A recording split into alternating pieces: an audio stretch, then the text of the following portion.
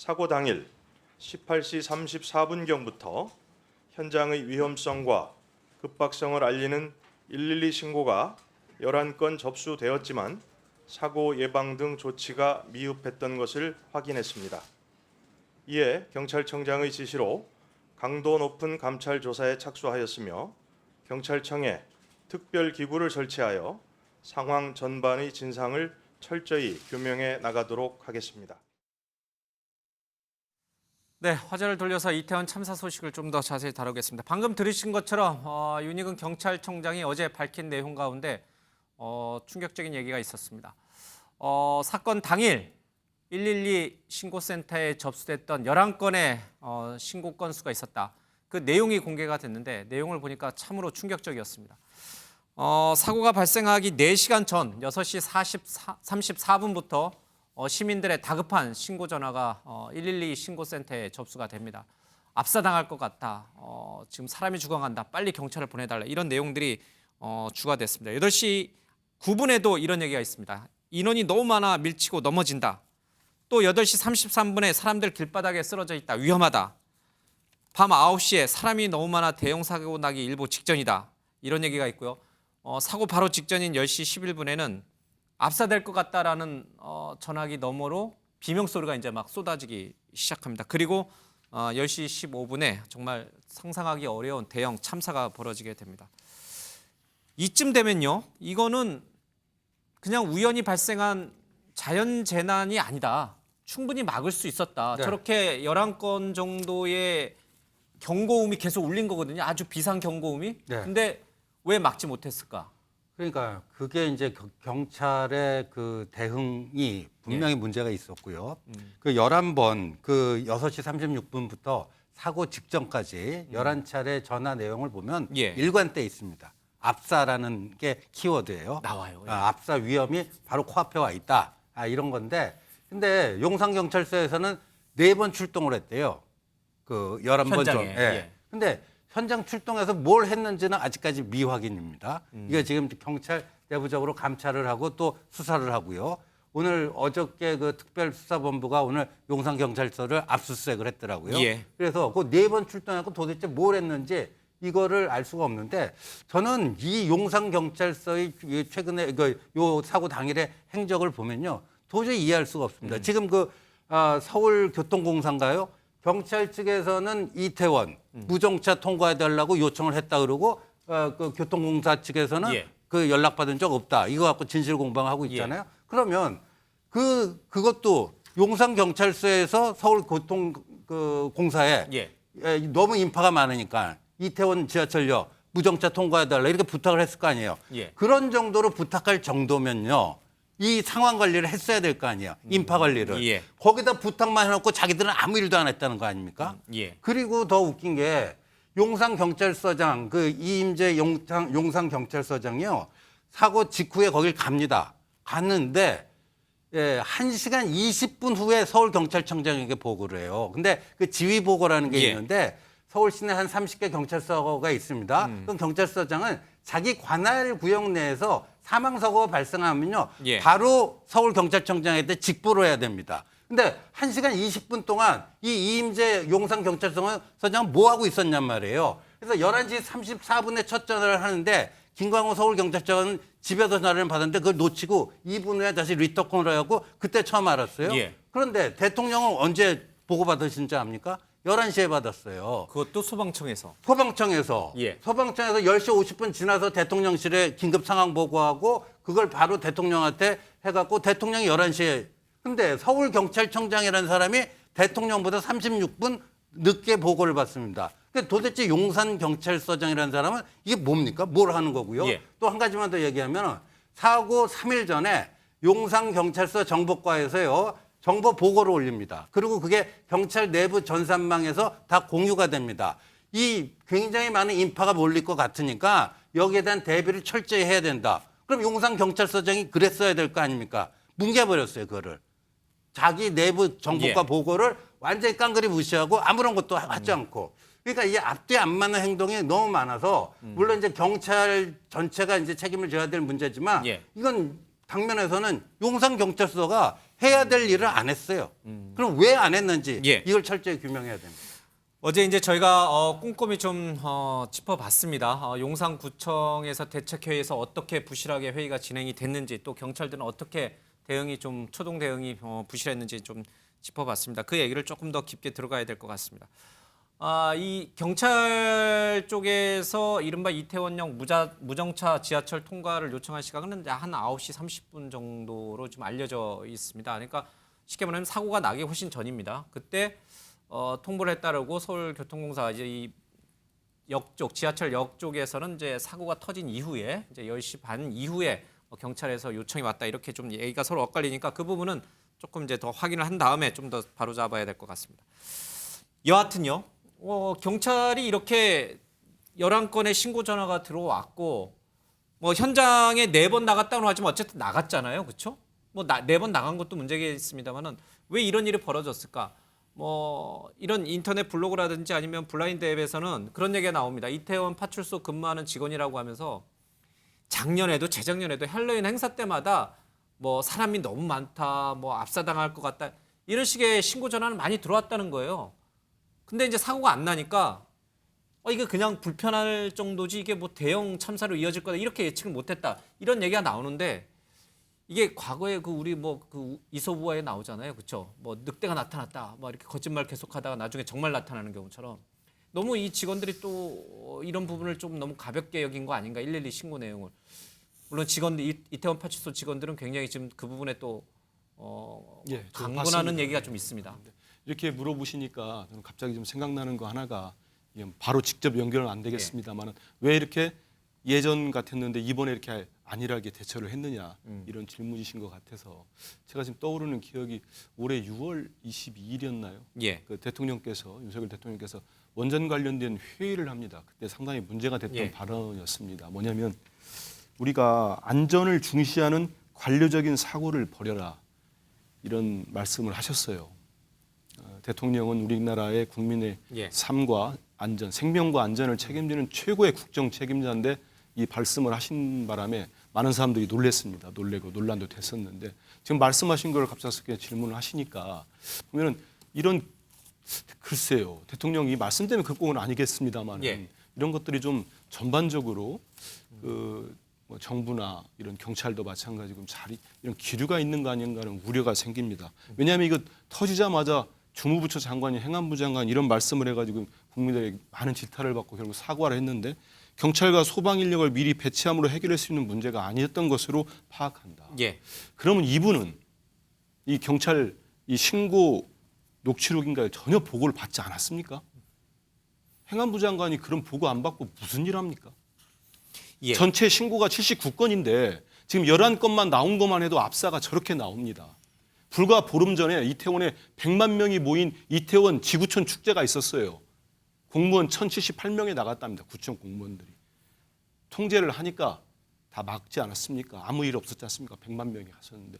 우리가 지금 보니까 이번은 이 녹취록이 만천하에 드러남으로써 이제는 막을 수 있는 미리 통제를 안 했다는 그뿐만 아니고, 예.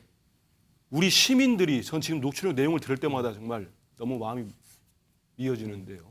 저렇게까지 신고하고 우리 압사할 것 같다고 계속 신고를 하는데 79건의 전화 신고를 했답니다. 예. 11건이고. 근데 아무도 제대로 통제를 안 했습니다. 이제는 저희가 이거를 애도와 함께, 애도가 끝나면 더 본격적으로 되겠습니다. 오늘 뭐 경찰청 수사도 들어갔지 않습니까? 명백한 그 원인 규명을 하고 책임 소재를 예. 분명하게 물어야만, 책임자를 찾아내고 물어야만 이게 되풀이되지 않는다, 이런 참사가. 예. 이런 생각을 하게 됩니다.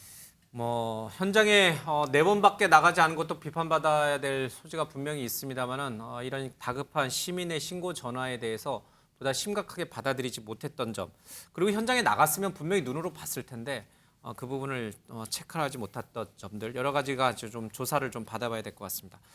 한덕수 국무총리도 역시 이 얘기를 강조했는데 들어보고요. 정말 경찰 대응에는 문제점이 없었는지 조금 더 얘기 들어보겠습니다.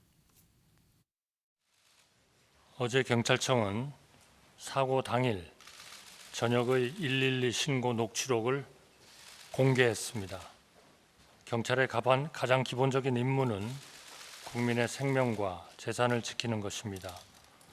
이러한 임무를 수행하는데 안일한 판단이나 긴장감을 늦추는 일이 있다면 국민의 믿음을 저버리는 것입니다. 경찰은 특별수사본부와 감찰을 통해 철저히 조사하고 국민들께 투명하고 소상하게 설명해 주시기 바랍니다. 예, 압수수색에다가 경찰의 조사까지 들어갔으니까 곧 이제 정말 이태원 파출소 직원뿐만 아니라 이게 용산경찰서 직원들이 제대로 대응을 못한 것인지 제대로 대응했는데도 불구하고 인력이나 여러 가지 부분에서 불강력적인 부분이 있었는지 그건 이제 밝혀질 겁니다. 근데 이태원 파출소 직원들 얘기 들어보니까 이 토요일 일요일 날에는 굉장히 또 많은 신고 전화가 접수가 되고 있고 그리고 현장에 계속 순찰을 해야 되고 그런 상황이 계속 반복된다고 합니다. 근데 이날 하필이면 또 광화문 광장에서는 진보 보수단체 큰 집회가 있었습니다. 용산경찰서 직원 경찰들도 상당수 그쪽으로 갔고 기동대가 거기에 다 투입이 돼 있었다 이런 얘기 있습니다. 근데 그래서 상대적으로 이태원 이 헬로윈 축제가 상대적으로 덜 중요하게 아마 인식이 됐을지 모르겠지만 그래도 그 부분까지도 좀 챙기는 게 그게 경찰의 역할이고 그게 노련한 지휘관의 역할 아닙니까? 경찰 수뇌부의 판단이 그래서 중요한 거죠. 예. 그래서 저는 일선 경찰, 이를테면 파출소 경찰관들 20여 명이 불과합니다. 그 20여 명이 할 수 있는 일이라는 것은 대단히 제한적인 일이라고 봐야 그날은 되겠죠. 좀 더 많았어요. 그렇지만 물론 그럼에도 불구하고 뭐 많은 137명으로 공무원들이 늘어났다고 많았습니다. 하지만 상시적으로 있는 병력은 아니지 않습니까? 그런 의미에서 저는 경찰 수뇌부의 판단과 그런 그 어떤 지휘 예. 이런 것들이 대단히 중요하게 부각될 수밖에 없는 것이라고 봐야 될 것 같고요. 저는 적극적으로 얘기하면은 적어도 참사 현장에 저는 경찰이 없었다고 해도 과언이 아니다. 예. 왜? 4시간 전부터 쏟아진 신고를 경찰은 뭉갠 거 아닙니까? 예. 그다음에 교통 통제라든지 폴리스 라인조차도 없었다라고 하는 증언들이 나오고 있는 상황이에요. 예. 자, 이렇다면은 결국 경찰이 없었다고 해도 과언이 아니다. 20여 명의 파출소 직원과 그날 당장 병력에 투입된 137명이 있었겠지만 예. 또한 내부 지금 제보에 의하면 자 기동대 병력이라도 좀 나중에라도 좀 더 추가로 지원 요청이 있었다는 거 아니겠습니까? 예. 자 그런 부분들이 그러나 자 용산 대통령실을 경호하고 있는 병력 또 광화문 집회를 또 이를테면 지금 대응하고 있는 예. 병력 이런 병력들 때문에 현실적으로 뭐 이동하기가 쉽지 않았을 수는 있겠습니다. 자 그러면서 결론적으로 무슨 얘기를 하고자 하냐면 자 충분히 경찰 병력을 배치하지 않았기 때문에 참사가 일어난 것은 분명하다. 그 부분은 확실하다. 자 그렇다면은 그런 부분에 대해서 경찰이 지금 뭐 수사를 통해서 감찰을 통해서 어떤 그 충분히 한번 이 수사를 한번 해보겠다 이렇게 하는데 아니 수사 받아야 될 당사자가 수사에 나서는 꼴 아닌가요? 저는 지금이라도 이 경찰 수뇌부는 없었고 상황은 전파되지 않았다. 예. 그렇다면 경찰 수뇌부의 책임론은 피해갈 수 없다. 예. 경찰청장 비롯한 서울청장 당장 파면시키고 객관적이고 민간 중심의 위원회를 통해서 조사를 하는 것이 온당하다라는 게 판단입니다. 사실 그런 불만 또는 내부에서의 이 부글부글 끓는 수뇌부를 향한 그런 비판 여론은 지금 블라인드 앱을 통해서 계속 나오고 있습니다. 일선 경찰들, 특히 이태원 파출소에 있는 직원이 올린 글은 수뇌부 당신들부터 감찰을 하라 이런 제 얘기까지 좀 나오고 있는데요. 저희가 영상 하나 좀 보여드리겠습니다. 이태원 파출소에 근무하고 있는 경찰인데 사고 당시 현장에서 어떠한 일을 했는지 직접 보겠습니다.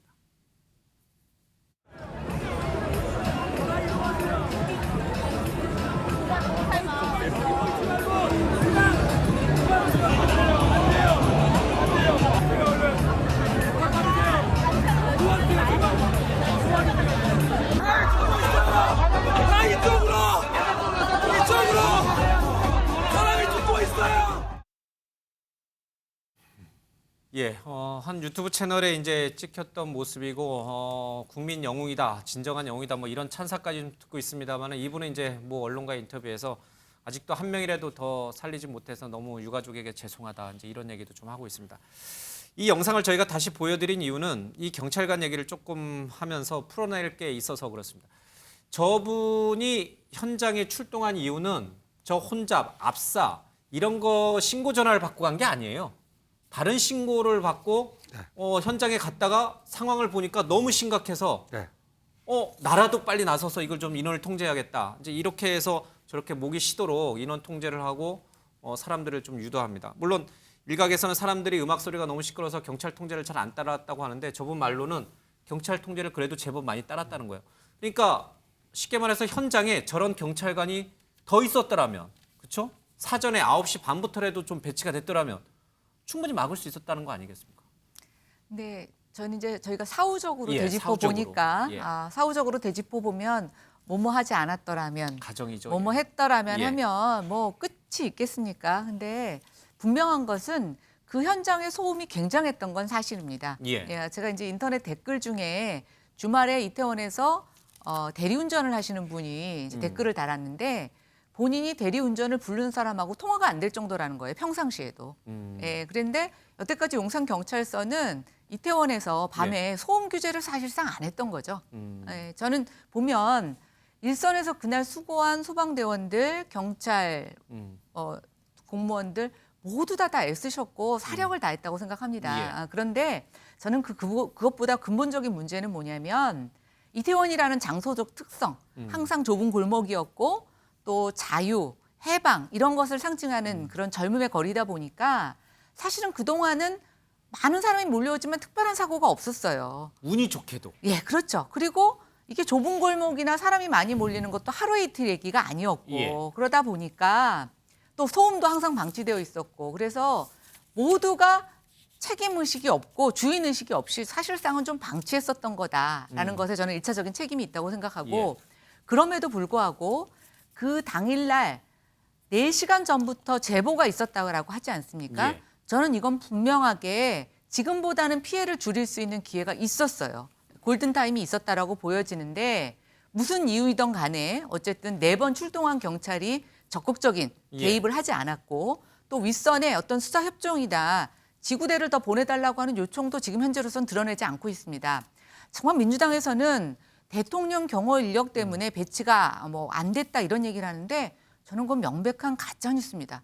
대통령 경호실을 담당하는 인력과 용산경찰서 내부의 치안을 담당하는 인력은 전혀 중복되지 않습니다. 예.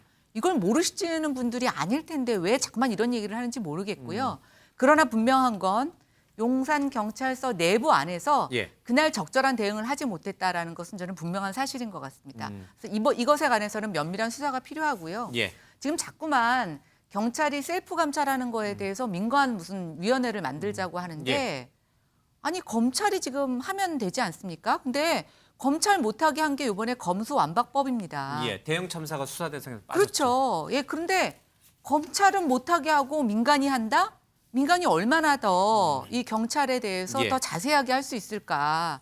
저는 그건 아니라고 생각하고요. 다만 재발 방지를 위해서 우리가 이 수사나 조사를 하고 난 다음에 대책을 마련하는 데에 예. 민간들의 참여는 필요합니다. 그러나 수사는 저는 엄격하게 지금이라도 검찰이 들어가서 경찰과 함께 셀프든 어쨌든 이 원인 조사에 대해서 스스로 점검하고 되짚는 일을 고통스럽지만 해야 된다고 생각합니다. 우리 김연아 의원께서 이제 도시계획도 전문가시잖아요. 사실 저 사고가 났던 그 비좁은 골목은 평소 주말, 금요일, 토요일만 되면 늘 사람이 북적거렸고 헬로윈 축제가 아니더라도 늘 사고 위험성이 있었던 곳이에요. 근데 주변에 또 호텔이라든지 여러 건물들이 뭐 불법 증개축을 하는 바람에 통로는 더 비좁고 언덕길이고 사람 인파는 엄청나게 매번 주말마다 몰리고 왜 이것을 용산구청이라든지 또는 경찰이라든지 왜 안전 조치를 안 했을까 평소에? 그러니까 뭐 여러 가지 관행적 저는 행태가 예. 있었을 거라고 생각하고요. 예, 두 번째는 여기가 이제 관광 특구라는 미명하에,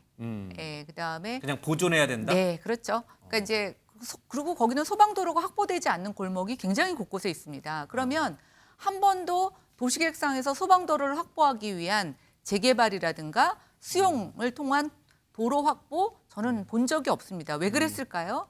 관광 또 이태원이 상인들 갖고 압력? 있는 상인들의 압력도 있었을 거라고 생각하고 실질적으로 도로를 확보하기 위해서 그 상점들을 매수하거나 토지를 수용하는 데 여러 가지 어려움도 있었을 거예요. 예. 그러니까 애초에 안 된다고 생각하고 한 번도 이것에 대해서 개선할 의지를 보이지 않았던 거죠. 그래서 저는 이참에 우리가 그동안 대통령도 좋은 말씀 하셨어요.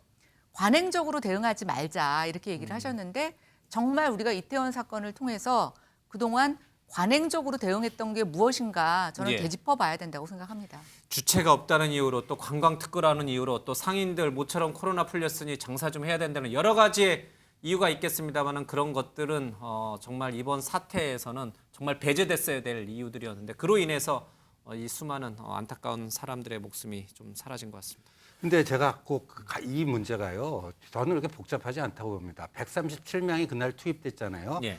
더 많은 경찰 인력이 있었어야지 문제를 해결했다. 전 그렇게 생각 안 합니다. 인력이 문제가 용상 아니다. 137명만 가지고도 충분히 해낼 수 있었다. 이게 뭐냐면요. 그 해밀턴 호텔 앞에 그 도로가 4차선 도로입니다. 그러니까 양쪽 2차선씩. 차로가. 네, 차로가. 근데 그 인파가 그 이제 인도부터 골목까지 이렇게 T자로 해갖고 완전히 예. 거기서 이제 질식사한 거 아닙니까? 압살을 한 거 아닙니까? 그렇다면 그때 내릴 수 있는 비상조치는 간단합니다. 도로 한 이 2개 차선 정도에 사람들이 다니게끔 해줬으면 터줬으면은 이런 일이 발생하지 않았습니다. 차량을 통제하고 인도로 바꿔버린다. 그렇죠. 그러니까 4차선으로 통행하던 차량을 2차선만 가게 해놓고 이 그 해밀턴 호텔 쪽에 그쪽 2개 차선에 사람들이 그 오가게 해줄 그 조치만 했으면은 예. 그 가능합니다. 그 2017년에 그때도 헬로윈인데 그 헬로윈 그 축제인데 예. 그때 폴리스 라인을 쳤는데 그때는 사람들이 도로에 쏟아져 나와서 차하고 충돌할 거라서 교통사고 위험이 있으니까 그때는 폴리스 라인을 쳤는데 지금은 거꾸로 차량을 통제하고요. 이거를 그 경찰이 하는 겁니다. 도로교통법에 따라서 예. 경찰이 할 수 있고 이거는 그렇게 많은 인원이 필요하지 않습니다. 이걸 왜 안 했는가? 예. 그러니까 이거는 무슨 어디 탓하고 하기 전에 용산 경찰서 137명 그것만 갖고도 충분히 할 수 있는 걸 못했다. 예. 그럼 왜 못했는지 그걸 따져야죠. 예. 그러니까요. 여러 시뮬레이션에서도 지금 이제 신 의원께서 말씀하신 게 검증이 됩니다. 차로를 하나 더 터서 사람들이 다닐 수 있게만 했더라면 일방 통행으로만 좀 만들어 줬더라면 이런 끔찍한 사고는 없었을 것이다. 이런 게 시뮬레이션에서도 이제 검증이 됩니다. 자, 어쨌든 이런 여파 속에 이임재 용산 경찰서장에 대해서는 이제 보직이 해임됐고요. 윤희근 경찰청장의 사임설 얘기도 오늘 하루 종일 나오고 있습니다. 사임을 표명했다라는 얘기가 있고 또 경찰청에서는 아니라 이런 얘기가 나오고 있는데 여야 모두 한 목소리로 질타하는 것은 똑같습니다. 들어보겠습니다. 어제 112, 119 신고, 녹취록을 듣고 많은 국민들이 충격을 받고 분노하고 있습니다. 11차례나 신고가 있었음에도 불구하고 제대로 대처하지 못한 것이 드러났습니다. 추도 기간이 끝나면 철저한 원인 조사와 상응하는 책임 추궁 그리고 그에 따른 재발 방지 대책을 마련하도록 하겠습니다. 결코 막을 수 없었던 참사가 아니었습니다. 하지만 참사 직후 대통령, 총리와 장관, 시장과 구청장, 경찰청장과 서장 그 누구 하나 국가가 책임지지 못했다, 엎드려 사죄한다고 말하지 않았습니다. 사고 수습은 이번 참사가 국가적 대참사임을 인정하는 것에서 출발해야 합니다. 말로만 무한 책임이 아닌 진심으로 국가 책임을 인정하고 나설 때 참사 수습도 진상 규명도 제도 개선도 제대로 이루어질 수 있습니다. 예, 앞서 잠깐 언급이 있었습니다마는 이상민 행안부 장관 그리고 윤희근 경찰청장, 서울경찰청장 또 대통령까지 언제 이 사건을 처음 이 보고를 받았는지 그 시간대도 상당히 좀 논란이 됩니다. 잠깐 좀 보겠습니다. 10월 29일 날 사고 당일 날 압사 관련된 119 접수가 10시 15분에 됩니다. 그리고 10시 17분에 이임재 용산경찰서장이 현장에 도착하게 됩니다.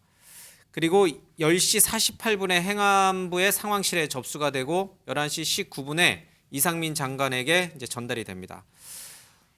김광호 서울경찰청장은 언제 이 내용을 알았을까? 무려 11시 36분에 보고를 받게 됩니다. 그것도 전화가 안 돼서 부재중 전화를 확인하는 과정에서 용산경찰서장과 통화가 돼서 인지를 하게 되죠. 사고가 발생한 지 1시간 21분이 지난 뒤였습니다. 윤석열 대통령은 이보다 더 늦은 11시 50분에 보고를 하는데 이거는 경찰이 보고한 게 아닙니다. 소방청 보고를 통해서 올라온 내용으로 대통령이 인지하게 됩니다. 자, 윤경호 의원님, 이게 이게 과연 이게 상식적으로 이게 이해가 되는 대목인가? 왜냐하면 9시 넘어서부터 심지어는 6시부터 시민들은 112 신고에 다급함을 요청을 했는데 수뇌부라고 하는 사람들이 전부 사고가 난 뒤에 1시간 뒤에 사건을 인지하게 됩니다. 이게 말이 됩니까? 그래서 국가 체계가 정말 작동이 되고 있는 거냐라는 의문을 갖지 않을 수 없는 거예요. 예. 우리가 세월호 빠졌을 때 그냥 지켜만 보고 있었던 것부터 나중에 지시가 제대로 됐느냐 안 됐느냐까지 그리고 저는 지금도 갖고 있는 의문 중에 하나는 해군 특수 무슨 재난 구조대 예. 그다음에 해경 특수재난 구조대 그들이 왜 파헤치고 들어가지 않았을까? 지시를 받을 때까지 기다리고 있다가 그냥 허송세월했을까? 예. 그런 여러 가지 의문과 비판 끝에 나온 얘기는 국가 체계가 작동이 되고 있는 거냐?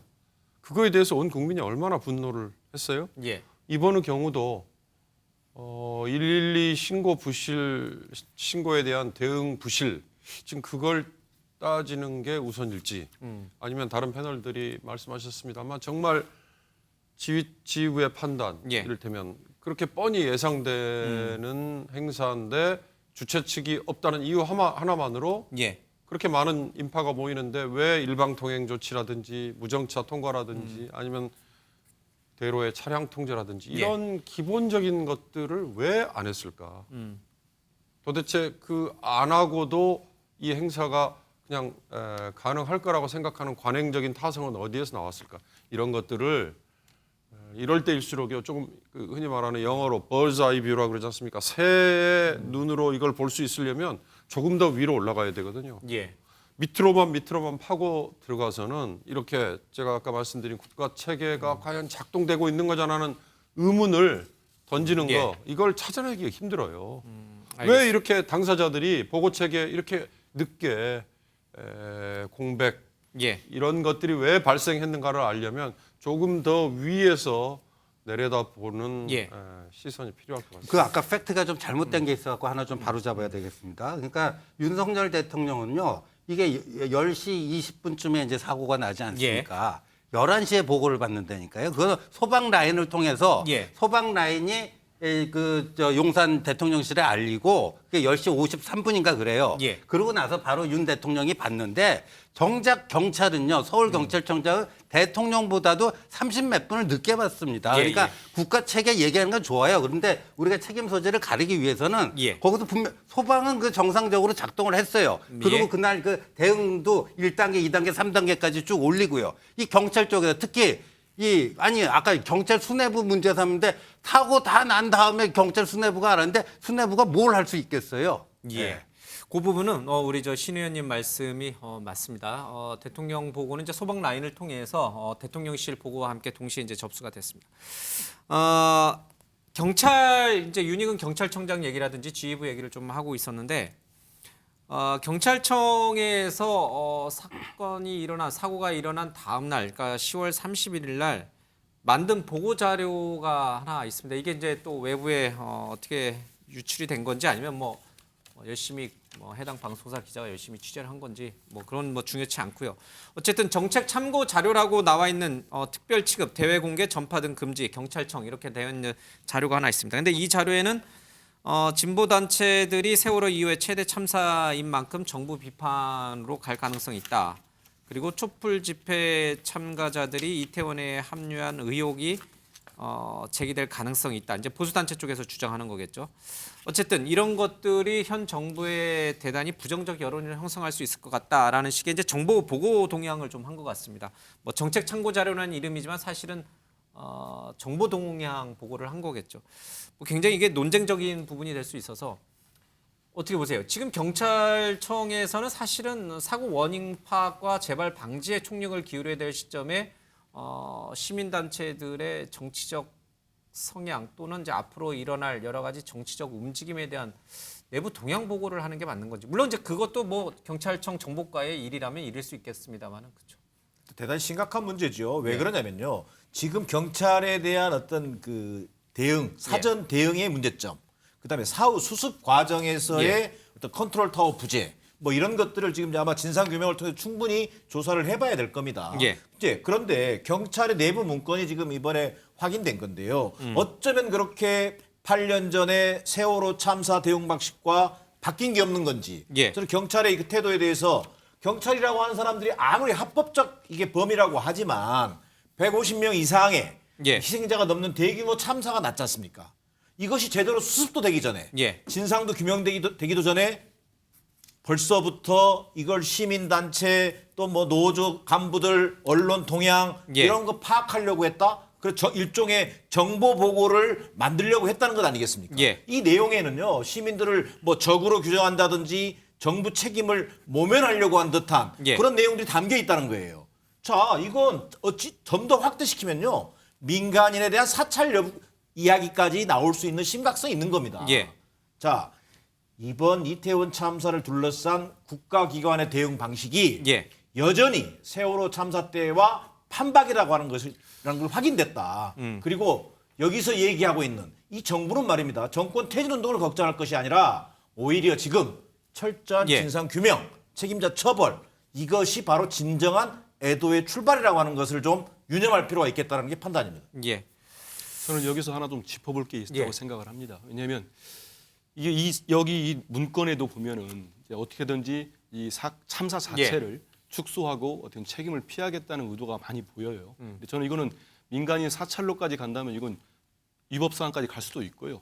여기서 저는 하나 짚어보고 싶은 게 과연 경찰 정보국이 예. 지금까지도 이런 일을 할 때는 이 정보라는 게 왜 만들겠습니까? 예. 분명히 수요가 있기 때문에 정보를 만드는 거예요. 공급이라는 거는. 그래서 과연 이 정보를 요구하는 쪽이 있지 않았겠는가 이런 또 의심도 해보가기 때문에요. 이거는 분명하게 이 참사와 함께 이런 정보 문건을 만든 거에 대해서는 분명한 책임 소재 왜 만들었는지 여기에 대한 수사도 이루어질 거라 봅니다. 예, 예. 알겠습니다. 윤익은 경찰청장에 대한 경질론 얘기가 사실상 거의 기정사실화되는 분위기입니다. 여야 모두요. 다음은 이제 이상민 장관의 거취 문제입니다.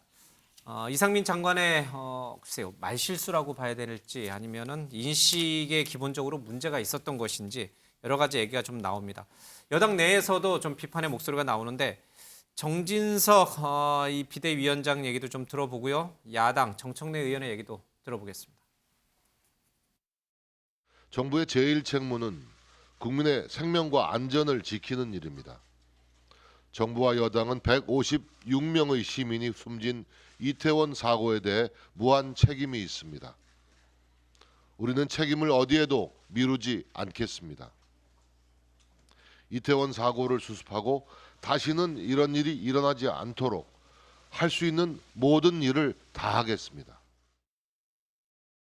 최종 책임자는 당연히 윤석열 대통령입니다. 우선 이상민 행안부 장관 즉각 파면하고 윤익은 경찰청장 즉각 파면하시기 바랍니다. 파면은 공무원에 대한 중징계를 의미합니다. 뿐만 아니라 이들은 사법 처리의 대상이라고 저는 생각합니다. 예, 뭐 앞서 전해드렸습니다만 대통령실 이 분단위로 대통령의 행적을 밝힌 내용을 보면은 10시 15분에 사고가 났고 소방청에 이제 접수가 되죠. 38분 뒤에 보고를 받았고 윤 대통령은 이제 11시 1분에 사안을 인지하고 곧바로 이제 좀 지시를 내리는 그런 상황이 좀 팩트라고 이제 볼 수가 있겠습니다. 알겠습니다. 윤익은 이 경찰청장에 대해서는 사실상 경질적으로 분위기가 잡혔고 이상민 행안부 장관은 그러면 어떻게 되는 건가? 지금 대통령실 안팎의 기류를 놓고 보면은 사실상 경질적으로 좀 가닥이 잡힌 것 같아요. 윤익은 청장 외에도 아마 그 첫날 발언했던 그 발언이 문제인지 아니면 행안부 장관으로서 너무 무책임한 태도를 보인 것인지 글쎄 요인은 여러 가지 있겠습니다만은 불가피하다고 보시는지 뭐 좀 소신껏 말씀해 주시면 어떨까 싶습니다. 예. 근데요, 이상민 행안부 장관이 들어서서 그 행안부 내에 경찰국을 만들겠다 그러니까 경찰을 쥐고 흔들려고 그러냐 해고 지금 야당에서 엄청나게 맹렬한 반대를 하지 않았습니까? 근데 이번에는 그럼 파면을 요구하는 건 뭐 그 아까 정청래 예. 최고위원이 하던데 파면 요구에 그 근거가 있어야 될 거 아니에요. 뭐를 이렇게 해야 되는데 잘못했기 때문에 그런 거다. 그러면 뭐 예를 들어서 실언 말을 잘못한 거 그것 때문에 예. 파면을 요구하는 건지 예. 제가 봤을 때는 이 경찰 그 지휘에 책임을 물어서 하는 것 같아요. 예. 아니 언제는 경찰국 만들 때 반대하던 사람들이 예? 이제는 경찰 지휘 제대로 못했다고 뭐하고 예. 최종 책임자는 윤석열 대통령이다.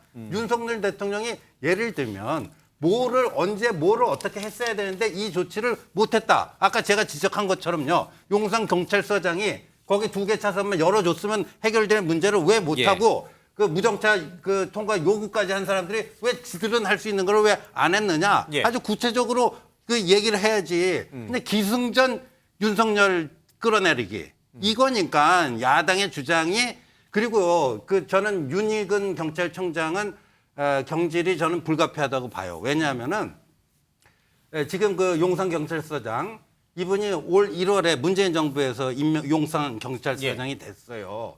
그러면 이제 새 정부가 들어서지 않습니까? 과거의 전례를 보면요, 이 그 경찰청장이 경호실장에게 그 과거에는 청와대 종로 경찰서장을 어떤 사람으로 하는 게 좀 낫겠습니까? 이런 식의 것도 다 있어 왔습니다. 예. 관례가. 근데 윤희근 경찰청장이 그거 하나 제대로 못한 거예요, 지금. 뭐 등등 해서 하여간 저는 뭐 이제 밝혀지겠지만 용산 경찰서 차원에서 충분히 대응 가능하고 참사 예방 가능한 거를 이걸 놓치고 그리고 그 지방자치하자고 주장하는 분들이 그냥 기승전 대통령한테 책임 떠넘기기 이런 거는 참 안 됩니다. 지금 대통령의 책임을 주장하는 정치 세력이 있습니까?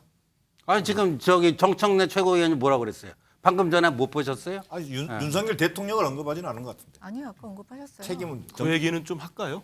지금 아니 얘기 좀 듣겠습니다. 지금 사실 이제 이상민 장관 얘기를 하는 거니까 대통령까지 가는 거는 뭐 시간상도 그렇고 조금 먼 앞서가는 얘기니까 이상민 장관 얘기를 좀 국한해서 얘기를 하시죠. 그러니까 국가의 치안 안전을 총괄하는 주무장관이잖아요. 국민의 생명과 안전을 총괄하는 그런 자리에 있잖아요. 그렇기 때문에 이 행안부 장관 얘기가 나오는 겁니다. 그리고 이분이 이태원 참사가 난 직후에 했던 발언을 보세요. 완전히 국민들의 상처에 사실 소금을 뿌리는 발언을 한 거예요. 자, 경찰 병력이 충분히 배치되지 않음으로 해서 이 사건을 키운 거고 참사가 일어날 수밖에 없었다라고 하는 것이 이미 112 녹취록을 통해서도 확인되고 있는 상황이지 않습니까? 이런 속에서 아니 그렇지 않아요. 병력이 적어서 그랬던 거 아니에요. 이렇게 우기는 사람이 만약에 행안부 장관이고 그 사람이 이른바 경찰과 치안의 총수 자리에 앉아 있다고 한다면 어떻게 진상 규명이 이루어질 수 있겠냐는 거예요. 그러니까 정무적으로 국민들의 어떤 상처, 이 슬픔과 어떤 분노에 대해서 소금을 뿌렸던 어떤 발언의 실수. 두 번째는 치안과 국민의 생명과 안전을 책임지고 있는 총괄 장관으로서의 주무장관으로서의 정치적 책임 이것을 함께 묻는 거죠.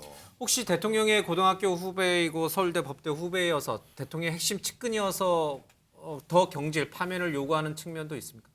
아니 그거하고는 관계가 없는 문제죠. 없다? 대통령의 측근인지 여부는 다른 판단의 문제인 것이고요. 저는 대통령께서요 지금 3일 연속 분향소를 찾아다니고 있어요. 저는 그럴 시간에요 분향을 하고 애도의 감정을 갖는 건 중요하지만 정치적 판단을 통해서 어떤 사람에게 책임을 묻고 또 애도는 애도대로 하고 하는 것들을 하지 않으면요 당신의 책임을 방기한다라고 하는 비판에 직면할 수 있다는 것을 꼭 얘기하고 싶습니다. 우리 김연아 의원 얘기까지 좀 듣고 여야 의원들 얘기를 더 듣겠습니다. 저는 이런 일에 있어서 책임을 묻는다는 게 과연 뭔가 좀 묻고 싶습니다. 장관, 경찰청장 목 날리면 그게 책임을 묻는 겁니까? 저는 좀 실질적으로 우리가 접근해야 된다고 생각하는데요. 대통령이 매일 분향소에 가서 애도를 표하시는 것, 그것 갖고도 저는 흠을 잡는다고 하면은 안 되죠. 지금 저는 대통령으로서는 무엇을 해도 우리 아깝게 생명을 잃은 젊은이들을 다시 되돌릴 수가 없지 않습니까? 그럼 아무것도 안 합니까? 할 수 있는 걸 하죠.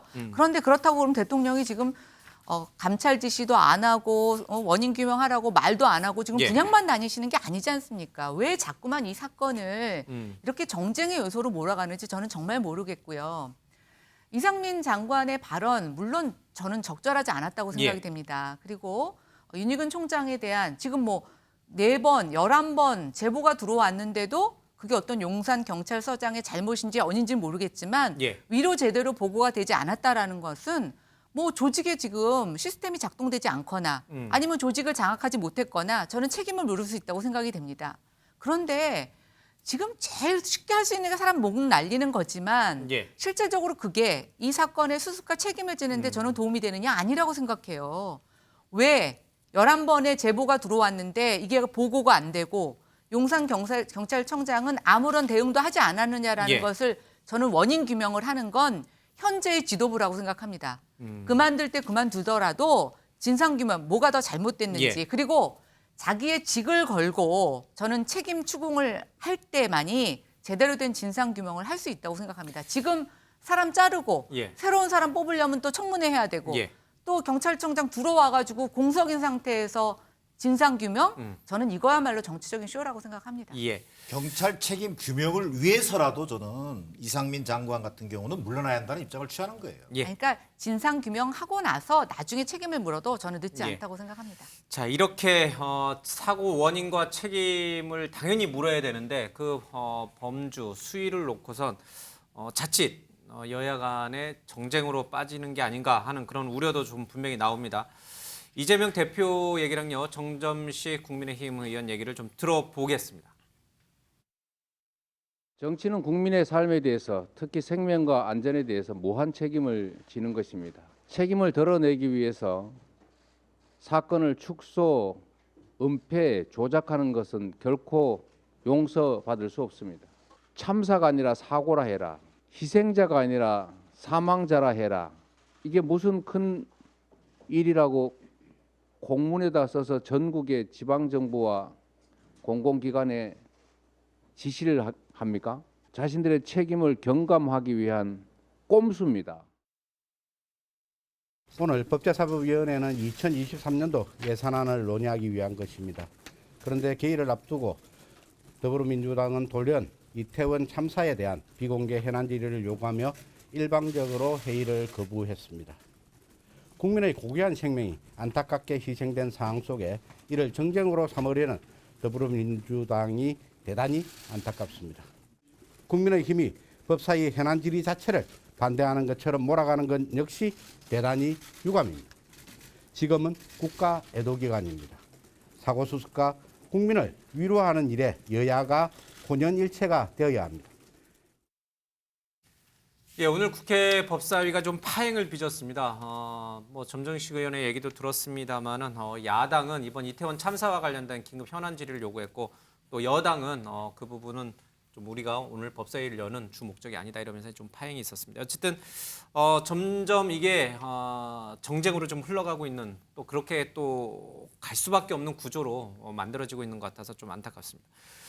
윤경호 의원님, 지금 이 이상민 장관에 대한 그 언론 보도나 여러 가지 기류를 보면은 처음에 대통령실도 이상민 장관에 대해서 조금 이렇게 방어하는 쪽으로 있다가 계속 기류가 좀 바뀌고 있다. 그래서 이상민 장관 역시 경질이 좀 불가피한 거 아니냐라는 쪽으로 좀 가고 있는 것 같습니다. 어제 대통령이 112 신고 내용을 보고받고 격노했다는 얘기도 지금 보도가 되고 있습니다. 어떻게 보세요? 이상민 장관도 무한 책임이라고 하는 그 위치에 있다라고 본인이 스스로 인정을 했잖아요. 본인이 첫날 했던 얘기, 그다음에 국회에 가면서 했던 얘기, 그리고 나중에 사과, 이 순차적인 진행 과정을 보면 여론이 얼마나 격앙됐는지를 아마 본인이 잘 알았을 거요. 예.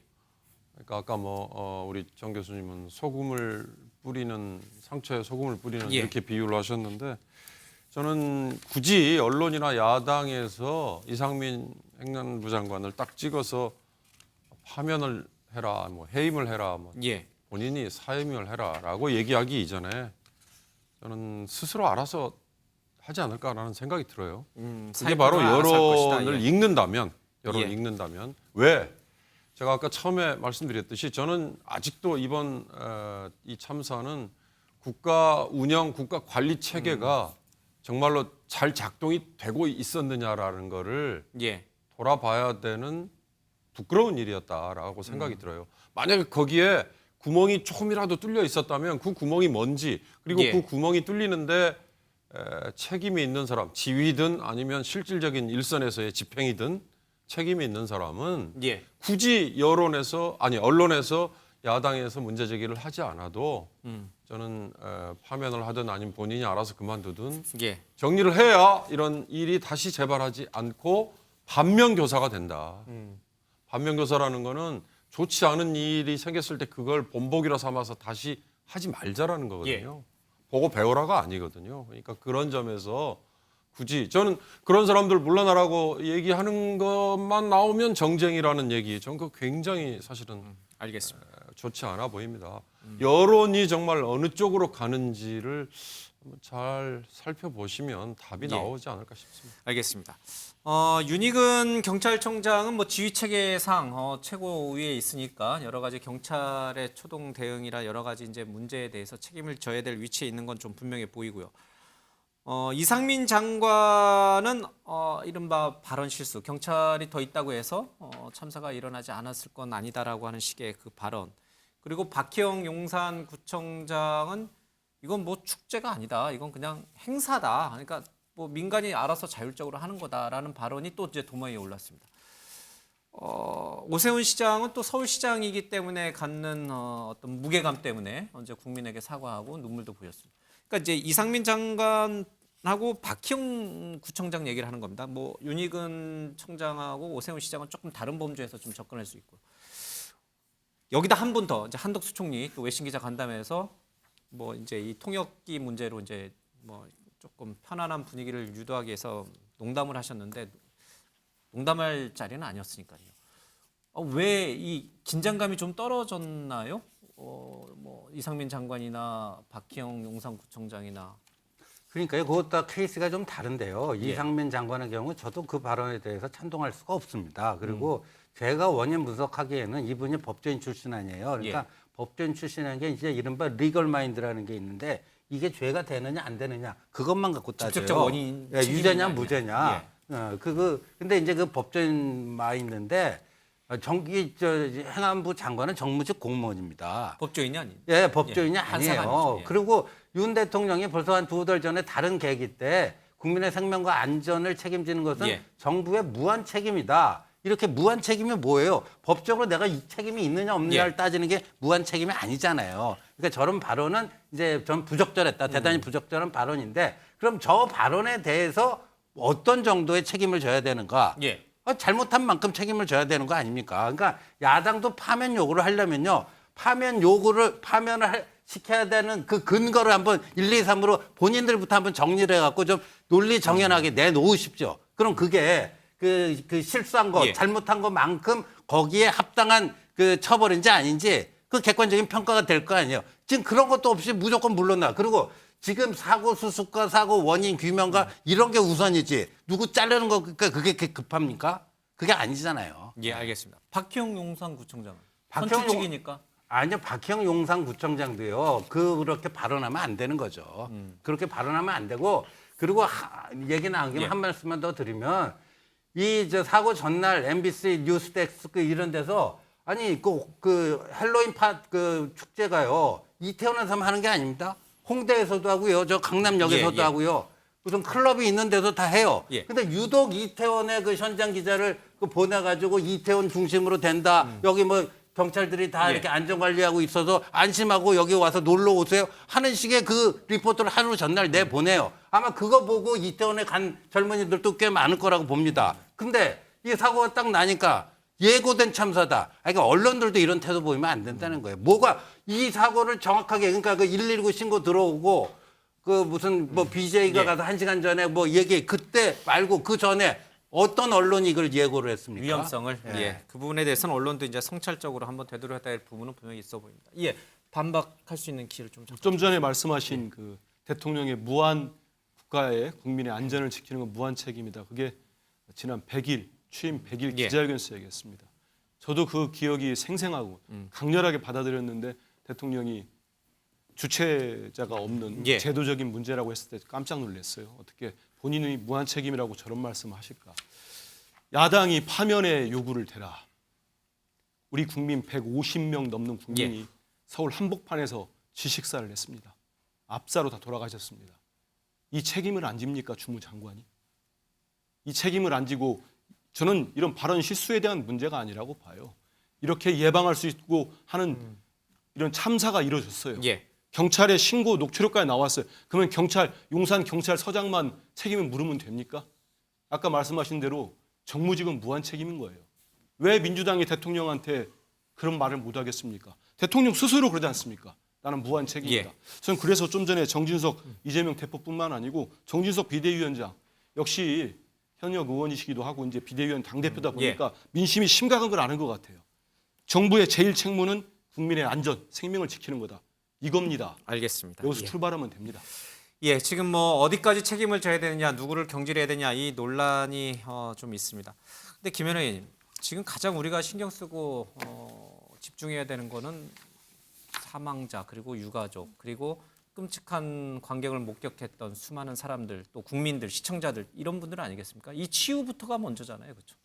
네, 그래서 지금 뭐 국가 트라우마 센터를 지금 가동을 해서 제보를 받고 있는데요. 저희는 이제 사고 원인에 대한 규명은 필요합니다. 그런데 저는 이제 이걸 저희가 너무 집요하게 물고 늘어질 경우에 저는 그 유가족 분들에게도 큰 상처가 된다고 생각합니다. 그럼요. 예를 들면 그때 내가 가지 못하게 했었더라면 맞아요. 뭐 이런 것들 때문에 그래서 어제 어느 뉴스에 그 너의 잘못이 아니다라고 하는 그 짧은 에세이 같은 글이 올라왔는데 저는 이제 명확한 원인 규명 필요합니다만 가족들의 일상 회복을 위해서 우리가 조금 더 노력해야 된다고 생각합니다. 알겠습니다. 가장 중요한 게 바로 이 유족들의 마음을 어루만지는 겁니다.